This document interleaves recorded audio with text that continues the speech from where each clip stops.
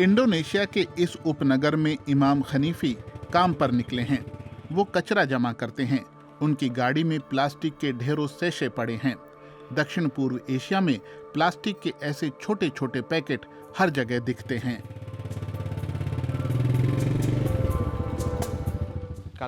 Housing अपार्टमेंटों में रसोई का कचरा ज्यादा मिलता है और गांव में प्लास्टिक के सैशे।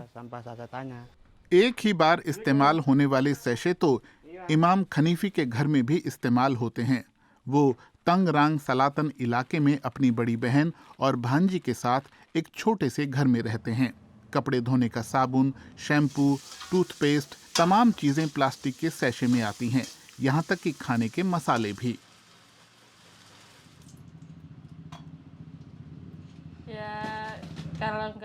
अगर सैशे में सामान ना मिले तो न जाने क्या हो। ये काफ़ी सस्ते होते हैं, उतने में एक बार का खाना हो जाता है। अगर बड़ा पैकेट खरीद सकूं तो मैं कपड़े धोने का, नहाने का, बर्तन धुलने का साबुन, चीनी और कॉफ़ी खरीद लूं। लेकिन बदकिस्मती से मेरे पास इतना पैसा नहीं है। बड़ा पैकेट खरीदूंगी तो दूसरा ज़रूरी सामान रह जाएगा। मेरे लिए तो ये सैशे ही काम के हैं। इन्हीं से हर रोज़ खाना बना लेती हूँ। दोनों भाई बहन किराया भी देते हैं।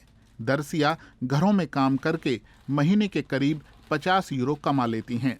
उनके भाई को 60 से 120 यूरो तक मिल जाते हैं। आय कम ज्यादा होती रहती है।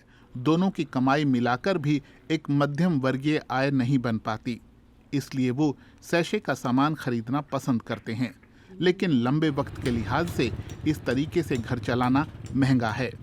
शैम्पू की एक बड़ी बोतल या कपड़े धोने की बड़ी टिकिया उसी मात्रा में मिलने वाले सैशे के सामान से 20% सस्ती पड़ेगी। लेकिन स्थानीय दुकानें सैशे के सामान से भरी पड़ी हैं।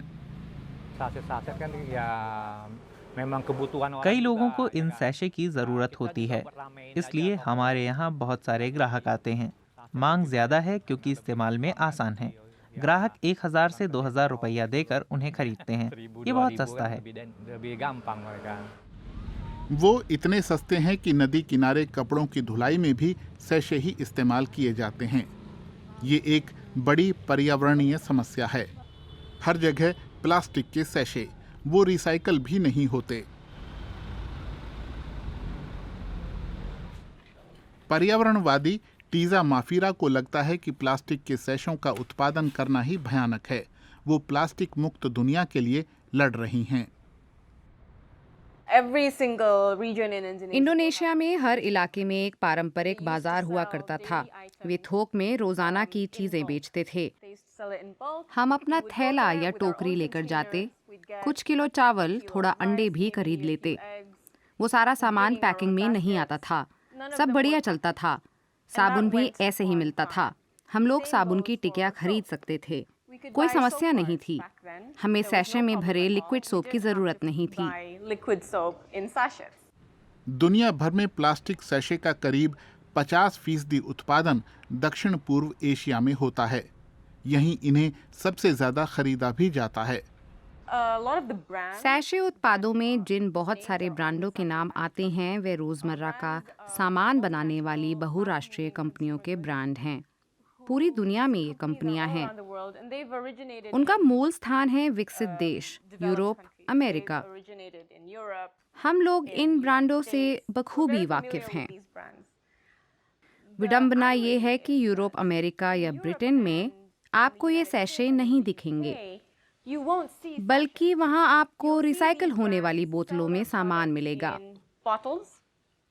विडंबना ही है कि ये सैशे उन विकासशील देशों में बनते हैं जहाँ प्लास्टिक की रिसाइकलिंग की कम क्षमता है।